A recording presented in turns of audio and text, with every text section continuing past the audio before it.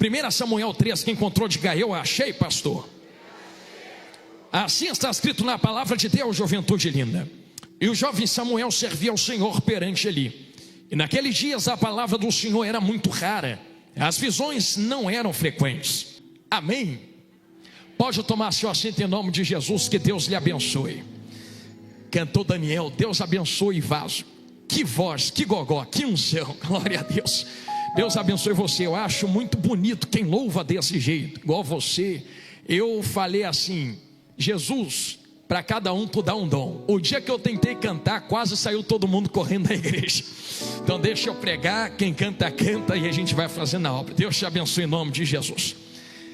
Juventude, olhe para mim, para que vocês pudessem entender qual era a situação da época a qual Samuel estava vivendo no capítulo 3.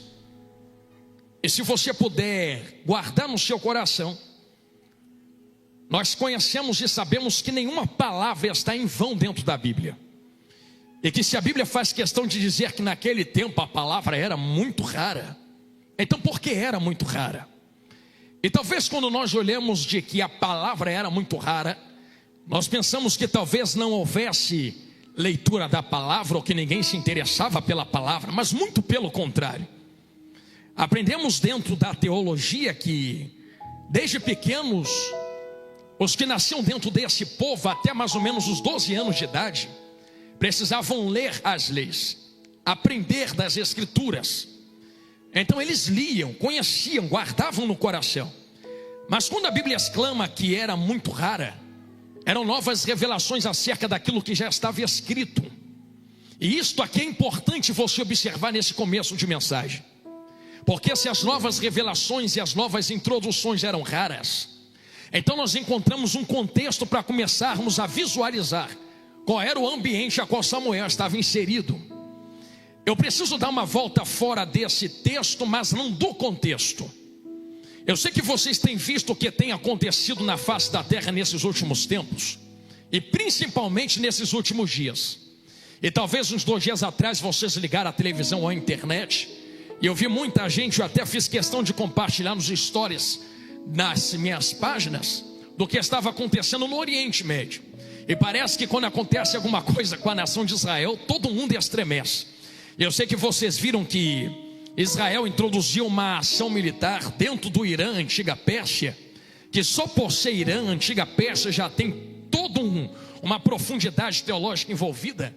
E o Irã devolveu com mísseis, Israel novamente devolveu. E eu vi muitas pessoas se desesperando, dizendo, pronto, agora Jesus volta, agora a trombeta toca. Mas não é a primeira vez que Israel se envolve em algumas batalhas e algumas guerras. E quando nós vamos ler o contexto de Mateus capítulo 24, você começa a ler desde o primeiro versículo até o versículo 13. E em certo versículo a palavra de Deus faz questão de quase esfregar na nossa face. Você vai ouvir de guerras, você vai ouvir de rumores de guerras, mas ainda não é o fim. Então o fim não se dá se Israel entra, sai de guerra. Nós sabemos que Israel é uma nação que, como relógio de Deus, é uma nação que se estrutura para nós observarmos no toque da última trombeta se aproximar. Mas a Bíblia não diz que guerra é sinal do fim, ou melhor dizendo, sinal do toque da última trombeta. Não diz que quando guerra estourasse aconteceria, ou que quando fome acontecesse aconteceria, ou que quando as perseguições estourassem aconteceria. Pastor, então acho que eu li errado dentro da Bíblia, porque está escrito que haveriam guerras, rumores de guerras, perseguições, fome. Mas permita-me lhes revelar algo com muita calma, eu não estou com pressa de passar dentro disso aqui. É que Jesus fez questão de dizer que era princípio de dores. E eu sei que tem mamães aqui dentro da igreja, dentro desse recinto, que entende que quando você estava a ponto de dar à luz, você estava com aquele barrigão de quase 9 meses, e quando você chegou perto de ter o seu filho ou a sua filha, as contrações e as dores aumentaram, e as dores entre as contrações diminuíram. Foi ou não foi? É assim para toda mãe. E quando Jesus induz a pensar que são princípios de dores, ele está quase dizendo que a terra é como uma mãe que está a ponto de dar à luz.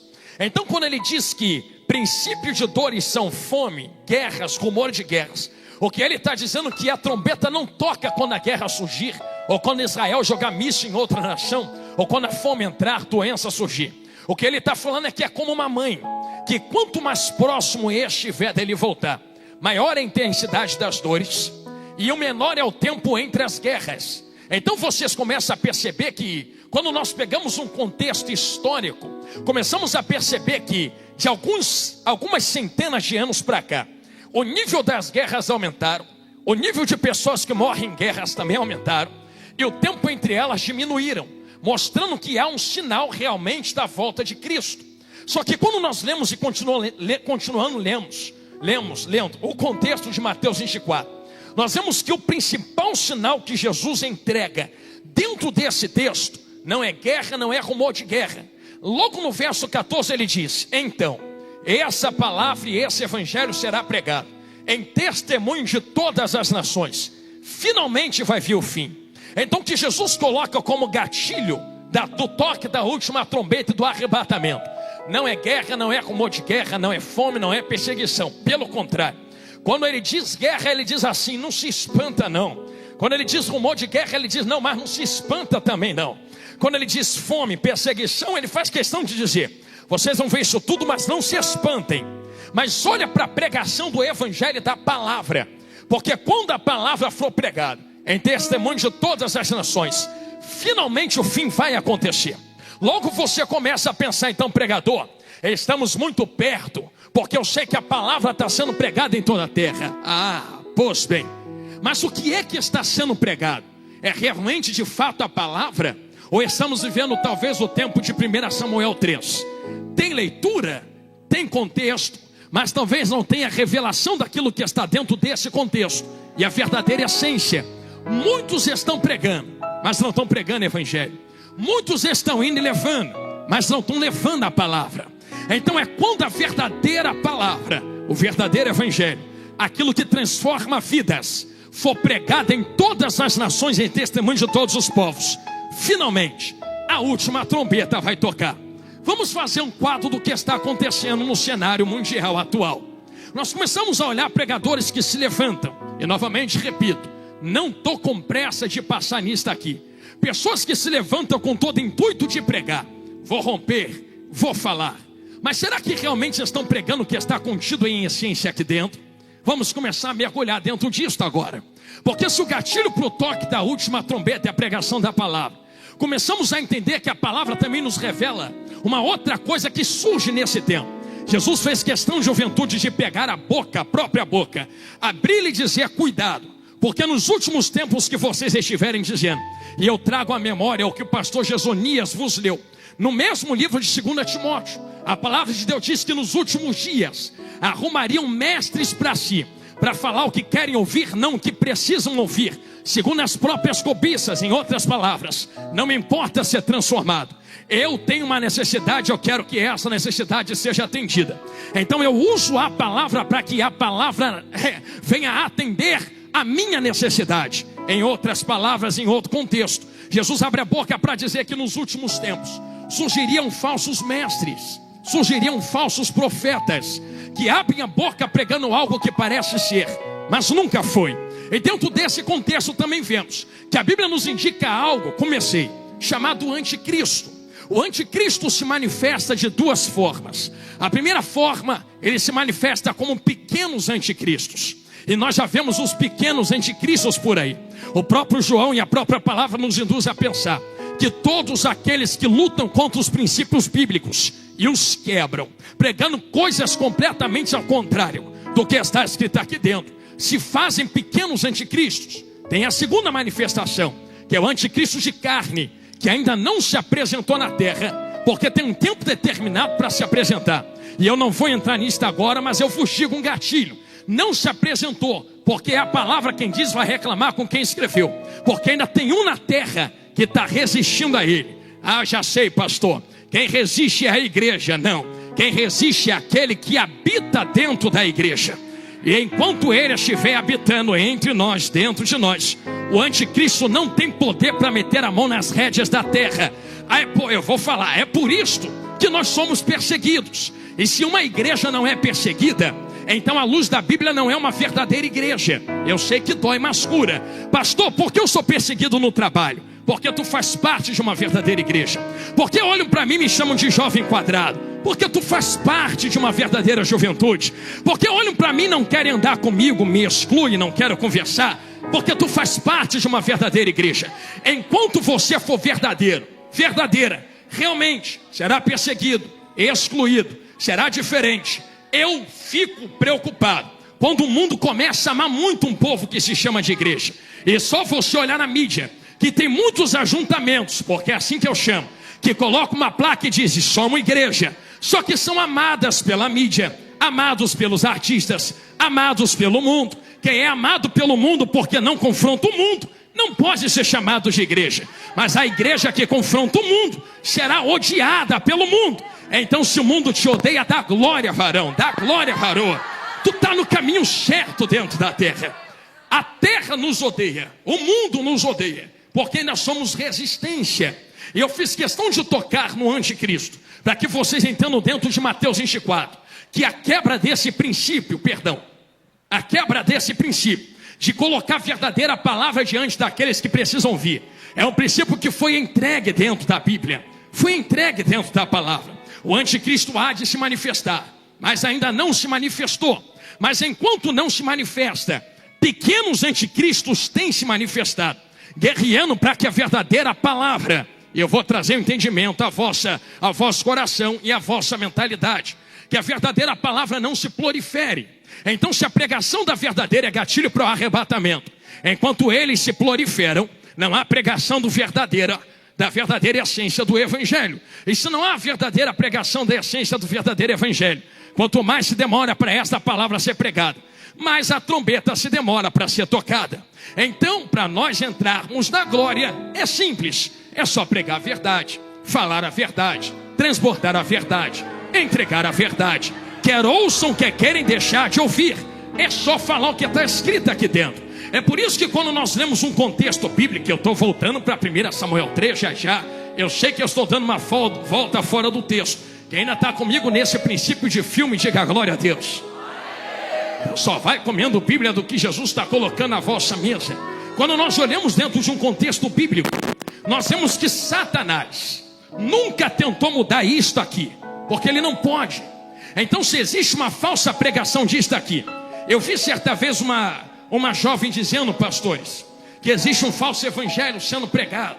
Eu digo a vocês que não, porque só existe um evangelho. Tudo aquilo que é contrário a isto deixa de ser evangelho. Então só existe um evangelho sendo pregado. Satanás não pode mudar isso daqui. Anticristos não podem mudar isso daqui. Falsos profetas e mestres não podem mudar isso daqui. Que é uma história. Então vamos lá. Eu disse a você de pequenos anticristos. E quando nós olhamos no contexto histórico, lembre, não estou com pressa de passar por aqui. Nós vemos que todo anticristo, pequeno anticristo, tem em seus princípios ou em suas características do verdadeiro anticristo. E qual é a principal característica do anticristo que virá após a igreja deixar a terra? Que fique claro, nós vimos pelo contexto bíblico que ele não vai puxar pistola, canhão, fuzil, AK-47. Ele vai utilizar a sua capacidade labial, a sua inteligência e a sua mentalidade para convencer milhões de pessoas a se voltar contra Deus. E na trindade satânica, formada por diabo, anticristo e falso profeta, o anticristo vai propagar o falso entendimento. Então nós começamos a perceber as características de um anticristo. É verdadeira lábia, muita capacidade de falar, e uma mentalidade que ninguém nunca observou na terra. Pequenos anticristos também possuem isso. Quer ver um exemplo de pequeno anticristo na história? Vou nem falar o nome dele porque não merece ter o nome dito, mas você vai lembrar. O bigode da Segunda Guerra Mundial se fez pelas características um pequeno anticristo. Quando ele tentou levantar uma arma para fazer uma revolução na Alemanha, falhou, porque o negócio dele não era com arma. Mas quando ele abriu a boca, abriu a lábia, a mentalidade, convenceu uma nação inteira. Pensa que a Alemanha era uma nação ruim, era uma nação tola. A Alemanha estava reformada com os princípios bíblicos de Martinho Lutero. Tinha capacidade, tinha mentalidade, tinha ensinamento. Uma nação inteligente caiu na lábia de um homem. Segunda Guerra Mundial, país destruído. Quer ver outro possível pequeno anticristo? Napoleão Bonaparte. Eu dei essa volta para chegar nele mesmo. Pastor, por que tu está citando Napoleão Bonaparte? Porque até Napoleão Bonaparte, no ano de 1800 e alguma coisa, a humanidade levou milhares de anos para fazer 1 bilhão de pessoas. Eu vou repetir isto, grave essa informação, será importante. A humanidade levou de Adão até Napoleão Bonaparte milhares de anos para fazer 1 bilhão de pessoas. Depois de Napoleão Bonaparte, só se passaram 200 anos. Em 200 anos já somos 8 bilhões de pessoas. Levou milhares para fazer 1, levou 200 para fazer mais 7. Por que Napoleão Bonaparte foi um gatilho de um pequeno anticristo? Nas guerras que ele se levantou na Europa, mudou todo o cenário geopolítico. Nações se levantaram contra nações. E das guerras napoleônicas vieram guerras franco-prussianas, que vieram Primeira Guerra Mundial, que vieram Segunda Guerra Mundial, que veio Guerra Fria. E até hoje o que está acontecendo na face da terra, Rússia contra a Ucrânia, China contra Estados Unidos, Europa explorando a África, são resquícios de Napoleão Bonaparte. Estuda depois isso em casa. Eu não vou me aprofundar dentro disso, mas Napoleão foi um pequeno anticristo que mudou o cenário geopolítico. Quando ele entra e é introduzido na terra,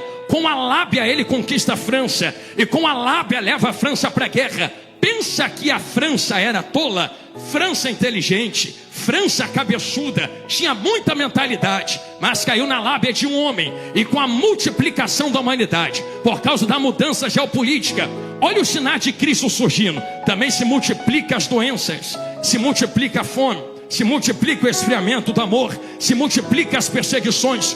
Tudo se multiplicou a partir de Napoleão Bonaparte. Mas eu tenho uma palavra para dar a alma deve esta noite, antes de entrar de cabeça no que Jesus está mandando.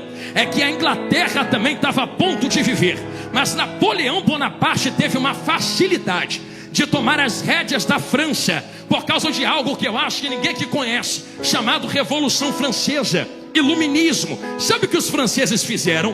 Rejeitaram Deus e colocaram o homem no centro. Agora somos nós no centro, agora é o homem no centro, agora é a humanidade no centro. Quando eles rejeitaram Deus, Deus levantou profetas dentro da França que tentaram pregar o arrependimento. Ninguém quis dar ouvidos, e aconteceu o que aconteceu.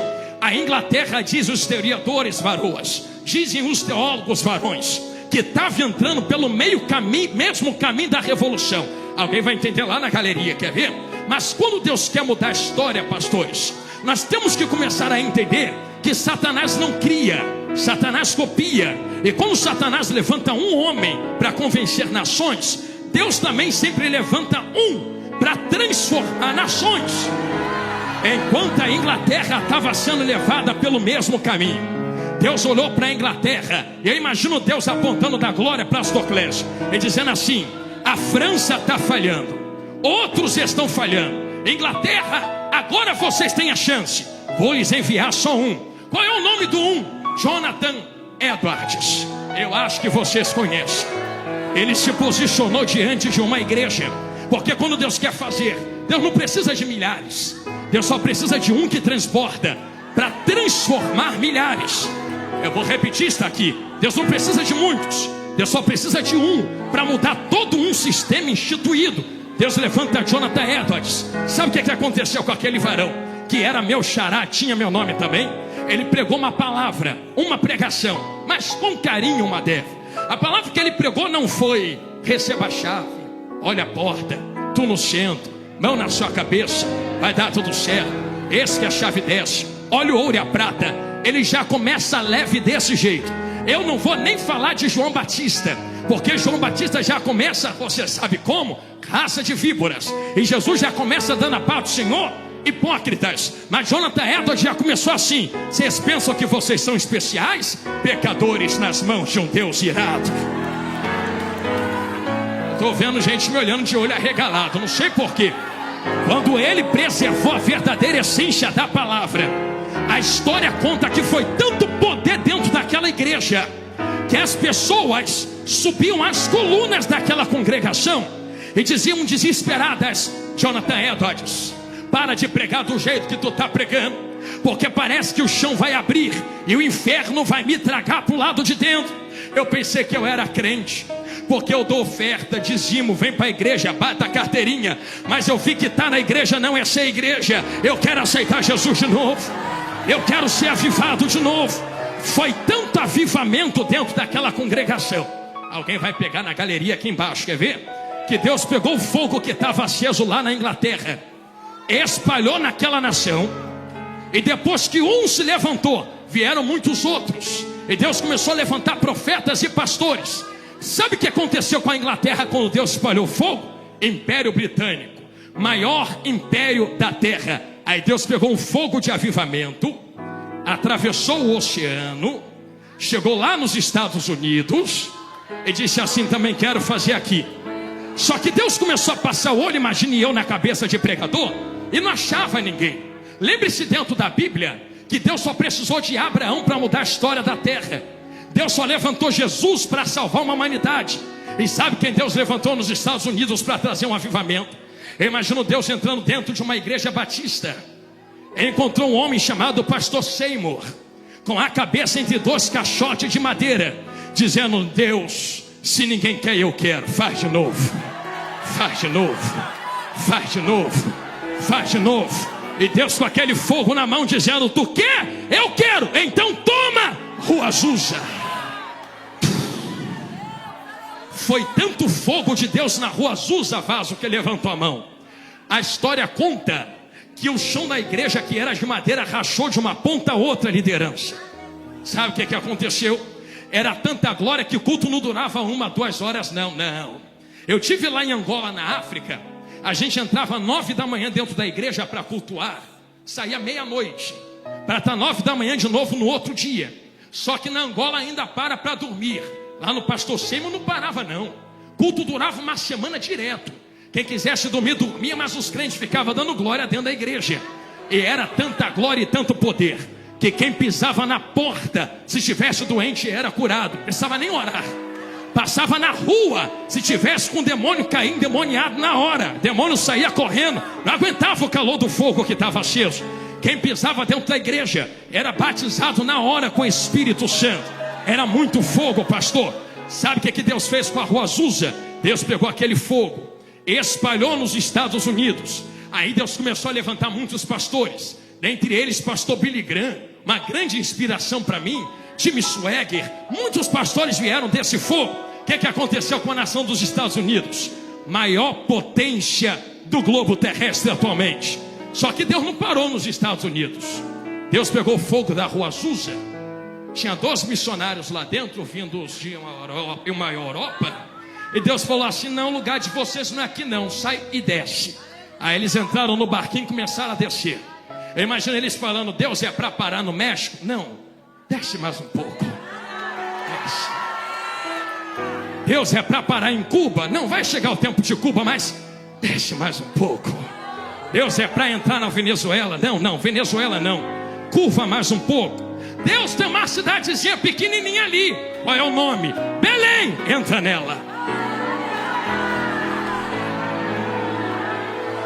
Aí aqueles 2 missionários colocaram os pés em Belém, você sabe, não é? E de Belém inaugurou algo que ninguém aqui conhece, chamado Assembleia de Deus. Deus pegou o fogo que acendeu lá em Belém e começou a espalhar pela nação brasileira.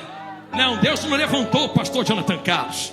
Deus levantou, foi 2 missionários lá em Belém, que espalhou um fogo pela nação. Se preparem, porque o fogo que está aceso aqui dentro hoje da Almadevre não começou com vocês. E eu vou ser bem direto no que eu vou falar. Vai doer, mas vai curar. Eu não tenho o direito, vocês não têm o direito de deixar o fogo que Deus acendeu há 200 ou 300 anos atrás se apagar na nossa geração. Não. Tu não tem esse direito. Se tu não quiser acender, dá licença, porque tem gente querendo viver esse avivamento. Eu estou sentindo Jesus falar na minha boca, vaso. Coisa gostosa que está aqui dentro. Está sentindo esse fogo? Está aceso há 300 anos. E não é agora que ele vai apagar. Quem quiser ser incendiado, já que tu levantou as mãos, é a primeira vez que eu estou te pedindo isso. Levanta ela com gosto então. Levantou? O fogo que Deus acendeu através de Jonathan Edwards. O fogo que Deus acendeu através de pastor Seymour, o fogo que Deus acendeu em Belém do Pará e se espalhou no Brasil, ainda está aceso aqui dentro de Volta Redonda. Só sai vazio e apagado quem quer, mas quem quer ser avivado esta noite, eu lhe dou 10 segundos para tu encher essa casa de glória a Deus e aleluia. Eu vou beber água aqui.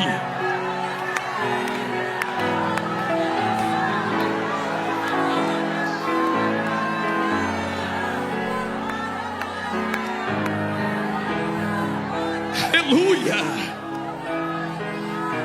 Espírito de Deus, tem um fogo aceso, e esse fogo não foi aceso agora.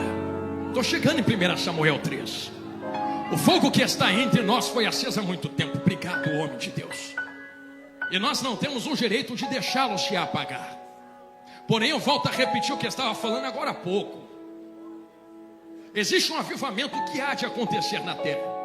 Eu poderia citar promessas e profecias de 300 anos que recaem sobre o Brasil, de pastores e profetas verdadeiros reconhecidos na terra e pela igreja, que abriram a boca para dizer: é do Brasil que vai vir um último grande avivamento. Pastor, não acredito nisso. É por isso que eu vim correndo de Santa Catarina para pregar a vocês, porque Jesus vai te fazer acreditar hoje. Existem pessoas que estão dizendo que não vai acontecer um avivamento, e até pedem prova dentro da Bíblia. Pois bem, vamos para a Bíblia então. Nenhum avivamento pode acontecer sem a pregação da palavra de Deus. Todo fogo que é aceso sem o intermédio da palavra é fogo estranho. Se o fogo é de Deus, tem que vir pela palavra. Eu poderia dar o exemplo de Elias, que pede fogo de Deus. Eu poderia dar tantos exemplos, como por exemplo Atos 2, que somente depois da manifestação da palavra em carne, que é Cristo, que o fogo desce. Primeiro palavra, depois fogo. Não fogo para puxar a palavra, mas palavra é que lança labaredas de fogo. Está na Bíblia. É por isso que anticristos se levantam, pequenos anticristos. É por isso que falsos mestres e profetas se levantam. Sabendo, e eu trago à sua memória que eu falei isso alguns momentos atrás, que não podem mudar o evangelho. Qual é a estratégia? Talvez alguém já me tenha ouvido falar nisso, mas pode, só um pouco. É a estratégia do diabo. Lá no céu, diabo sabia que não poderia mudar Deus. Quem é que pode mudar Deus? Então muda o entendimento dos anjos concernente a Deus. Leia-se Ezequiel e Isaías. Se eu não posso mudar quem ele é, vou mudar o que pensam a respeito dele. É assim que ele derruba 1/3 do céu. Aí você conhece a história. Não vou entrar, senão a gente fica aqui até amanhã. Não tem mais acesso à glória de Deus. Ele entra dentro do jardim do Éden, faz com que Adão caia. Você quer ver como é que a estratégia é a mesma? Ô Eva, diz que é ruim. Deus não falou que tu pode comer de tudo? Posso, menos aquilo ali, porque senão eu morro. Morre nada. É porque Deus sabe que no dia que tu comer, certamente se tornarás como ele. Morre não. Em outras palavras, percebeu que ele começa usando a palavra: Deus não disse, Deus não falou, falou. Agora eu vou mudar o teu entendimento. Morre não. Vai, faz, escolhe. Eu escolhi lá, tu também pode escolher aqui. Rejeita o princípio, quebra a palavra. Estou entrando em 1 Samuel 3, tu não está vendo. Entra na frente, faz o que Deus não mandou fazer, e depois você vive como se não tivesse amanhã. Adão caiu também. Aí vem Satanás no deserto com Jesus. Está com fome? Tô. Pega o poder que Deus te deu, transforma a pedra em pão, porque está escrito, porque está escrito, porque está escrito. Sempre usou a palavra. O que Jesus fala para ele? Tu conhece, não é? Nem só de pão viverá o homem. Ih, ligou tudo. Mas de que vai viver então? De toda.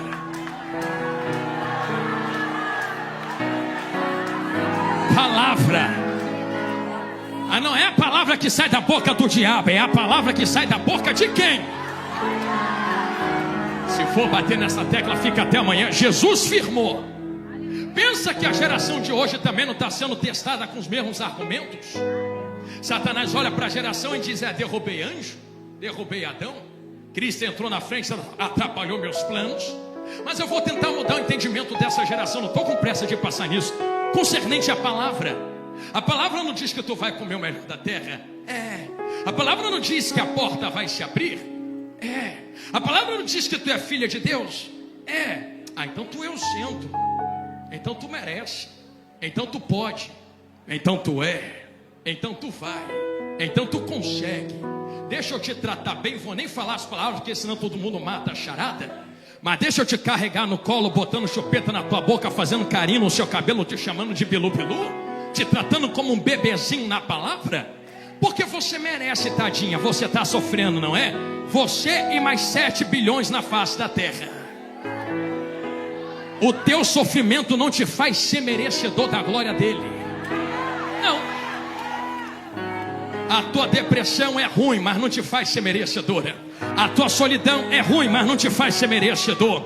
A tua angústia é muito ruim, mas não te faz ser merecedora. Se não me faz ser merecedor, por que ele cura a minha depressão, me arranca da angústia e sublime a minha solidão? É porque tu não merece, mas a graça dele. Eu não mereço, mas a graça que eu não mereço me alcançou através da cruz do Calvário. Eu não estou pregando porque mereço, eu estou pregando porque há 2000 anos atrás o Filho do Homem carregou a cruz que não merecia carregar, pagou o preço que eu não podia pagar e disse: vai, pastor Jonathan Carlos, joga fogo no meio da seara. Eu sou o primeiro, quero ver quem vem comigo tocando fogo na terra.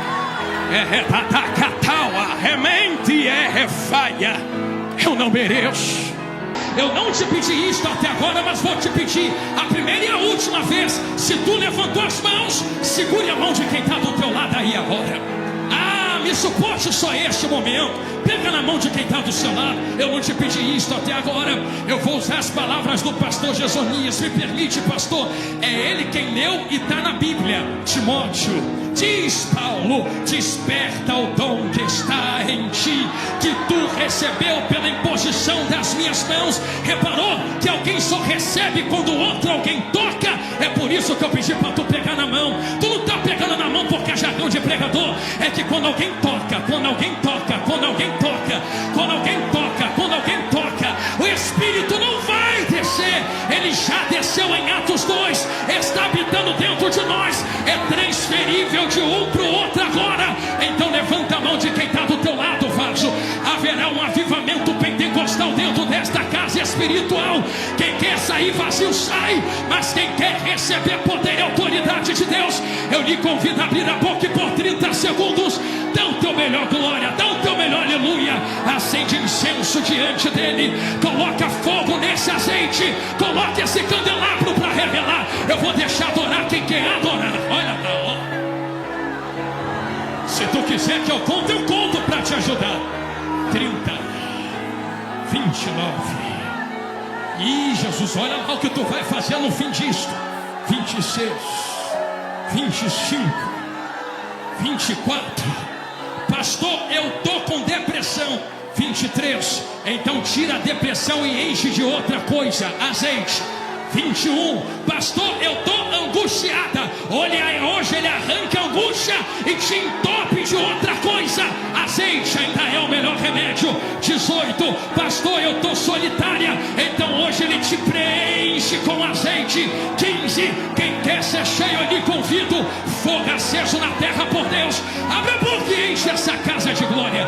Vai ter um terremoto de poder aqui dentro, pastores.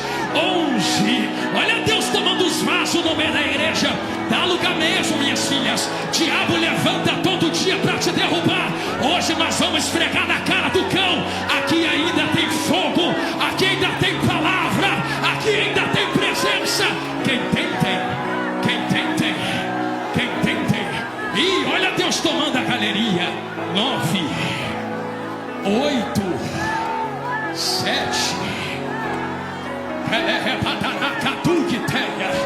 6. Quem não falava em línguas há muito tempo, a hora é agora. Seja renovado em línguas estranhas. 5. Quem quer ser batizado, seja batizado agora. 4. Não deixa a lâmpada se apagar. 3. Não deixa a lâmpada se apagar. 2. Não deixa a lâmpada se apagar. Quem tem a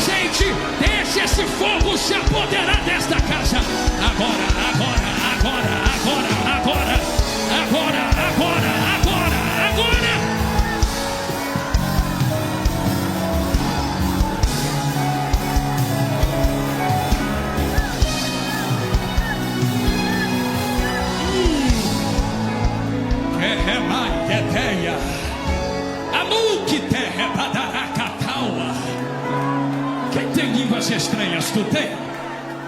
Quem tem, para de falar o português agora. Tem uma graça repousada aqui dentro. Lembra que eu falei que palavra traz fogo? Já tem palavra, olha o fogo acendendo, ó. Quem tem línguas estranhas, cancela o português agora. Fala a língua do lugar aonde tu vai morar. Ora em línguas agora, ora em línguas. Quem choquer, rebai, catacote. Emaui, rebaia. Anabataracacote, rebanaraxia. Encho, rebaia. Anu, reque. Amacoteia. Apava, atawa. É assim que a gente vai incendiar a terra. É assim que a gente vai trazer avivamento. Deixa o fogo pegar, igreja. Deixa, deixa, deixa, deixa, deixa, deixa. Oh, meu Deus. Ai, não, tá bom. Fecha os teus olhos. Fecha os olhos. Eu vou fazer uma coisa que eu sempre faço. Ah, eu amo fazer isso, Espírito Santo manda. Segura tudo, meus amigos músicos. Porque se é por causa da gente, acaba agora, tu sabe. Se é porque eu gritei ou porque os músicos tocaram, para ninguém sair daqui falando que é emoção humana. É que os músicos levantaram, todo mundo levantou. Pastor gritou, eles deram glória, então tá bom. Segura tudo, meus amigos. Eu vou parar de falar também. Se é por causa de mim, deles, o fogo acaba agora. Se é Deus quem está acendendo fogo nesta geração de azeite, olha o sinal de glória que Ele começa a dar aqui dentro agora. Oh.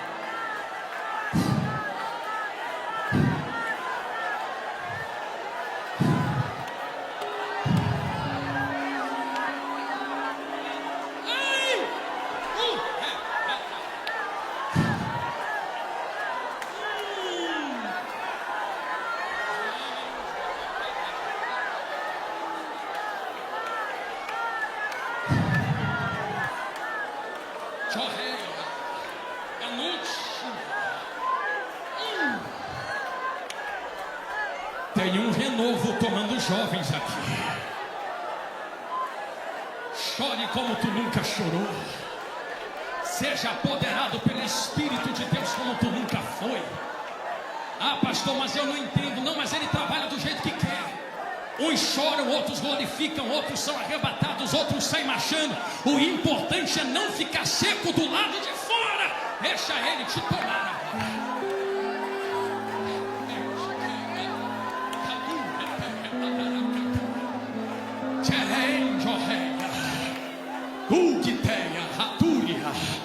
Eu quero fazer um convite a quem tem ouvidos para ouvir a voz do Espírito.